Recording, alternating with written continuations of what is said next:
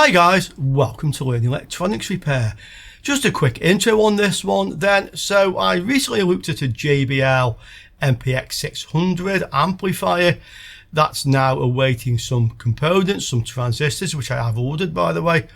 And on the same video I had an MPX1200 from the same customer. So I did show that on the video as well, a quick look what was inside it, and I mentioned that we put that on a separate video. Well, I completed that job and it wasn't probably quite what I expected, so there's not a great deal to see here, but you know what, I did say I would put that on a separate video, so if I don't, somebody's going to ask me. Yeah, so this is what happened to the MPX1200. I have on the bench an amplifier. This is the JBL MPX1200. So this is the big brother of the amplifier we were working on a couple of videos ago. And I mentioned on that video I wanted to fault find this one as well in case it needs the same parts, basically, or some of the same parts. So we can see we have lots of smoothing capacitors here, two very large and I will say very heavy transformers. This thing weighs a ton. Yeah, we see, like we had on the other one, there are 6 output devices, 6 here, and then at the end we have the driver transistors, a couple of diodes and some MOSFETs, and these are switching between the high voltage and low voltage HT rails. So the other amplifier had basically a plus or minus 55, a plus or minus 110, and it was switching the voltage rails. That's called a class G amplifier, and the idea is that it reduces the amount of voltage across the output transistors. It only switches to the higher voltage when the output waveform is going to a higher voltage, and by reducing the difference between the audio waveform voltage and the supply voltage at any given time, that reduces the wattage dissipated by the output transistor. So you need a smaller heatsink, lower wattage devices. So that's why we have class G amplifiers. At first glance, I thought this was basically the same as the other one. So we would have here 3 NPN, 3 PNP transistors, the switching MOSFETs, and that would be one amplifier, and this would be the other amplifier. And then the other board, and you can see it, the other board is sandwiched down there. So you can see the metal plate with the 2 bolts through, and then there's another PCB which looks identically shaped to this one, mounted underneath, and I suspect that's the same as this, mounted upside down. And my first thought was we have 4 amplifiers, basically the same as the 2 in the other one, and each pair runs in bridge mode, and that's how we get a higher power. But I have the schematic for this, and that's not actually the case. This works in a different way. It's a bit more unusual. We have seen this before, I will say, but not so commonly. So let's just have a look to see how this basically works, and then we'll test it. Okay, so here is a schematic. I will put this onto my Google Drive. I'll give you guys the link in the video description.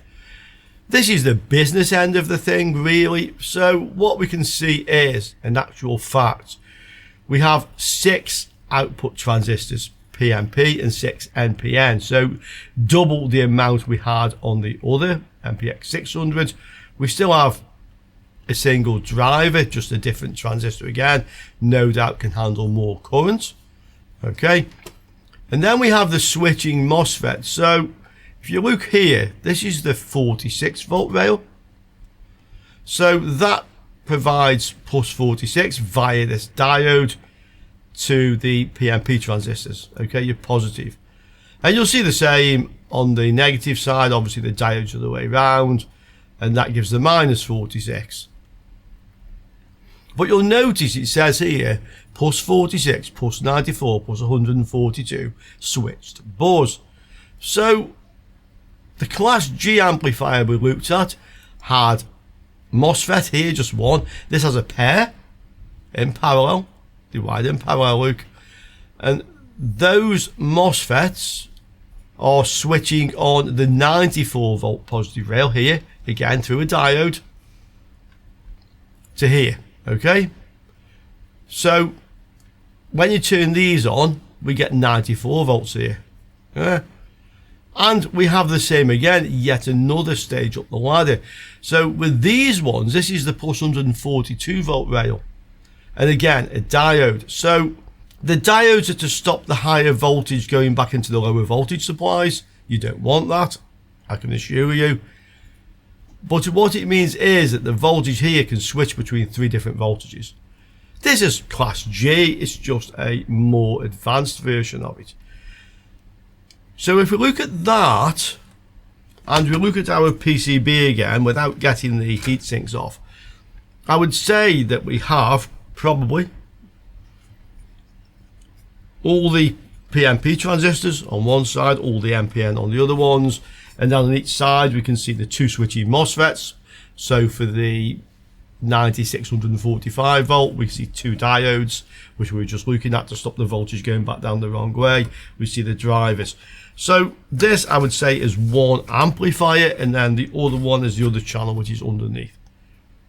Doesn't have to be, but I think that's probably how this is actually laid out.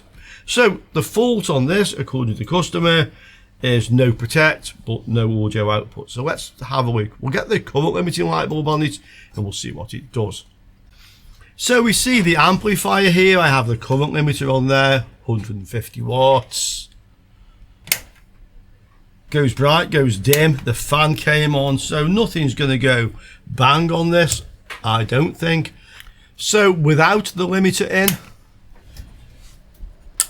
clips went out, protect went out, power's on. So yeah, all the lights went out. You would think that is working. We heard some relays click. Now, they could be the protect relays, or they could be the relays, I'm just guessing, but probably across the inrush thermistors. There's normally relays across them, so once it powers up, it shorts out the thermistor. But we hear the click. So let's connect the speakers. And I'll just mention, by the way, you can see that somebody has wired some of the speak-on connectors in. You can see how they've done it from there. This is not a good idea. You know this thing has plus and minus 145 volt rails. So, you know, I mean, you can easily have plus or minus 145 on them when there's music playing. If you put it in bridge mode, I expect it does have a bridge mode, you'll have twice of that. So that's actually quite dangerous in my opinion, but hey, you know, it's not my amplifier, it's not my wiring. The power lead's extremely short, so I'm guessing this goes behind something where you can't easily touch it, but you know what, the chances of shorting it are not in your favour, shall we say. Yeah, so I don't like that, I will say. But hey, not my amplifier, not my electric shock. Yeah, I will mention it to him though. So with the speakers attached, there's no audio at the moment. Let's just power this up again with the current limiter, because obviously the speaker gives you another path to ground through a very low resistance. Well, the lights were going dim, so limiter off again. Same thing, I just noticed like the protect light seems to behave in a slightly strange way, going dim rather than off, but hey, that may be normal for this amplifier. Okay, I'm going to put some audio into this and let's see what we get. Still think that's odd, that protect light fades out. Put a bit of music on. Well, this is working.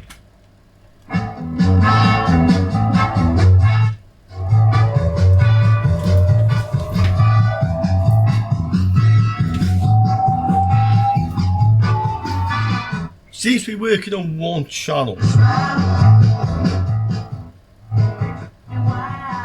Could be a problem with my cable.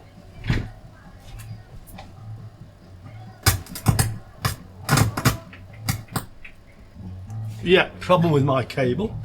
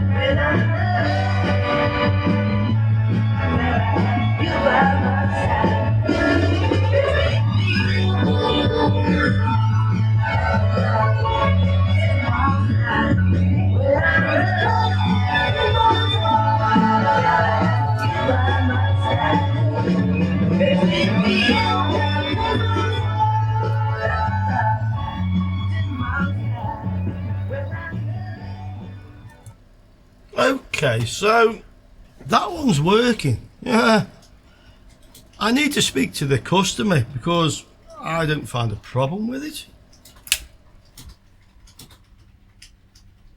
But obviously they didn't bring it here for nothing. There must be some reason. Okay, I'm going to ask him to come in or ask him what the problem was with that, because from what I can see there's nothing wrong with it. Okay, so we'll order the parts for the other one. We know what we're doing with that, and I'll give this guy a shout and let's see what he says.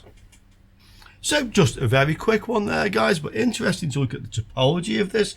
The design of it's a little bit different. If you haven't come across that sort of circuitry before, well, you've seen it now. Let me know down there, talk about it, and I look forward to seeing you all soon again on Learning Electronics Repair. Ciao for now, guys.